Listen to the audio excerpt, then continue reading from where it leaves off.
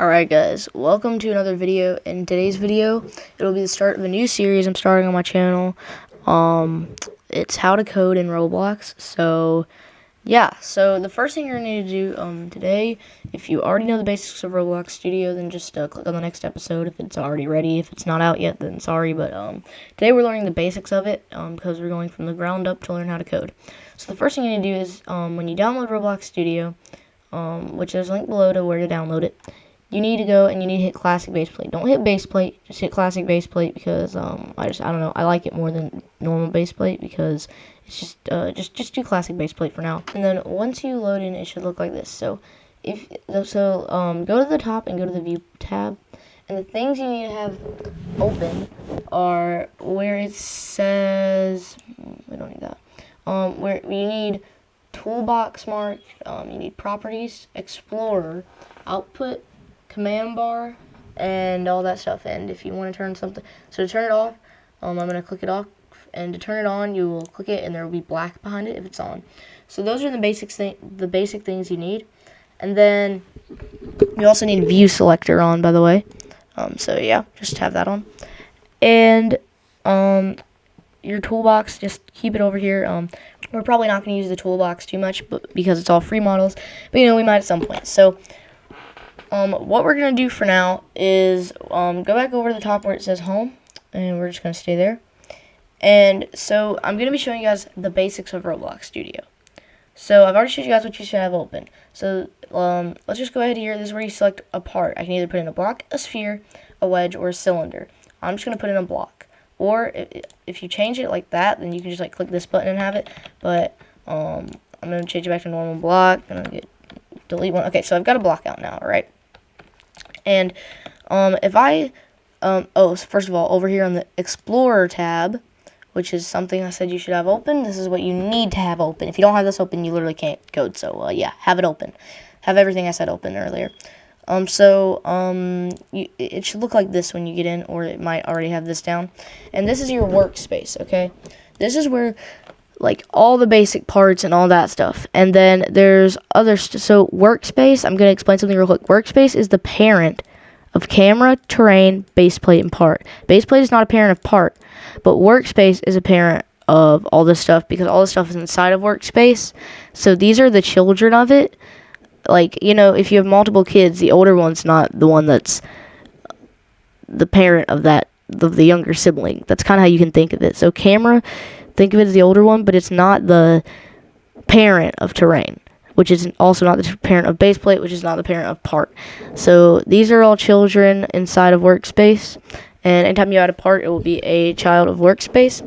And one thing you want to do every single time you put in a part, go ahead and scroll down and turn on anchored. Anchored means it will not fall out of the sky. If you have a block up or something, if you don't have it anchored, you can hit it around and all that stuff, and you don't want that to happen. So just go ahead and check anchored on for all your parts, unless you want a part to fall out of the sky for whatever reason. I don't know why you would. And so now I'm going to be showing you guys. Okay, guys. So now I'm going to be showing you these 4 buttons up top, which are very useful. Select is where you can click on your part. I don't recommend moving stuff around with it, but you can.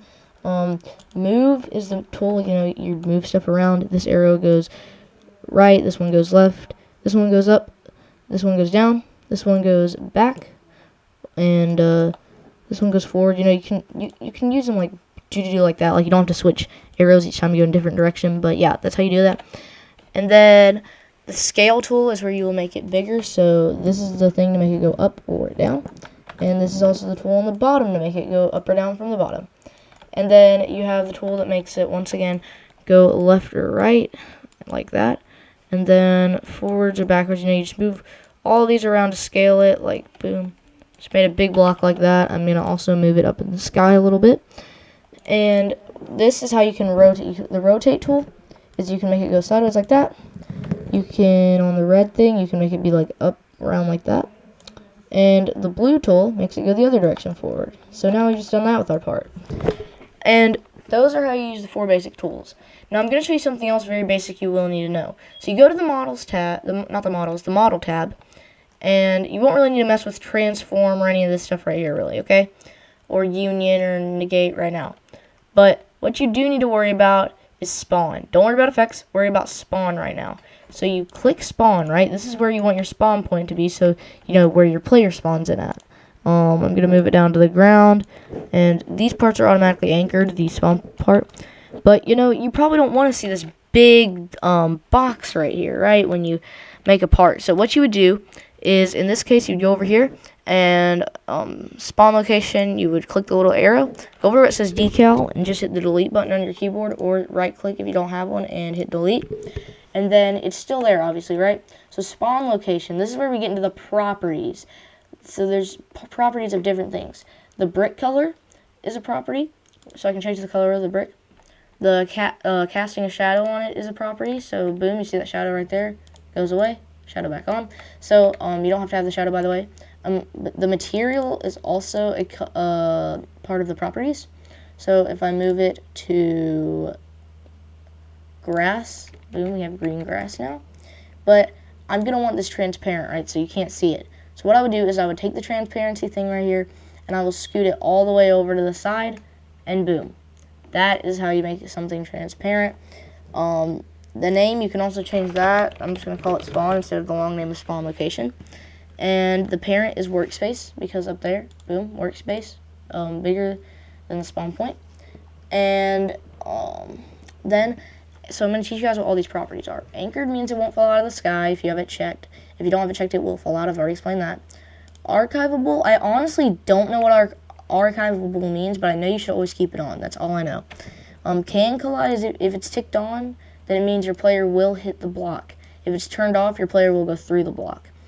So in this case, we would turn it off because we don't want you like stepping on like an invisible block. We want you to be able to go through it, not even the spawn points there. But on other blocks, you would want that ticked on. And can touch, you also always want it on. Enabled, you always want that on. Locked and maskless, keep that off.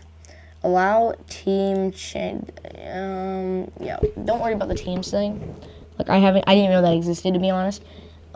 Size, this is where you change the size of stuff. So if I want it to be bigger, I could be like 14, 5, 19, something like that. Boom, now you can see it's a big block. But you know, you wouldn't be able to see the block anyway because we just made it transparent. The blue like outline is what the block, where it's at and everything. And then yeah, that's pretty much it for the properties. The free models are items that you can get for free, but I wouldn't recommend getting them unless I tell you they're safe, because some of them could have viruses in them and stuff. So yeah, I don't recommend getting free models. Literally, you cannot make a successful game with just free models. I'm telling you, people will hate you if you use free models for your entire game. Now, maybe one or two eventually if you need it for like your game, but don't make your whole game free models. That's all I'm saying. So don't worry about the toolbox right now. I think we pretty much have it down. Oh, one more thing. Models are where all the free models are. Images, now you might actually use some images at some point, and you can put those on blocks. Sorry, they haven't loaded up for me yet. Meshes are like things people have made, like, I don't know, but there's meshes, you can check them out on your own if you want.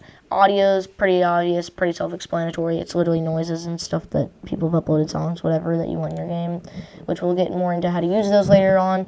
And videos is a new feature Roblox has of a few custom set videos. You cannot upload your own videos yet, I don't believe, but you should be able to soon. Now, plugins are a big part. I will show you guys eventually in another video what plugins to have, but this video is getting too long, so I'm not going to show you guys in this one. But yeah, plugins kind of help your game sometimes. So that's it for this video. I hope you guys did learn some of the basics of the Roblox Studio if you don't know them already. Also, how to publish your game real quick. I'm just going to show you guys. You hit publish to Roblox as, you hit create new game, and we're just going to title this The Test. And then, I don't know, description, and then creator me, or you can put it under a group if you want. Genre, I'm just going to put it as all. I'm going to let console players play, as long as there's none of this stuff in the game, obviously, which there isn't. Hit create, and in a few seconds it should say that the game is created. Okay, I don't know why it's taking like so long to, okay, there, and that's how you publish the game, alright? So I hope this did help you guys learn the basics of Roblox Studio. Oh, okay, I didn't publish it fully. Okay, but that's all you do. And then, yeah, I hope this did help you guys learn the basics of Roblox Studio. If you're still confused, then leave a comment down below. And yeah, that's all for this one. Hope you have a great day, and I'll see you guys in the next tutorial. Bye, guys.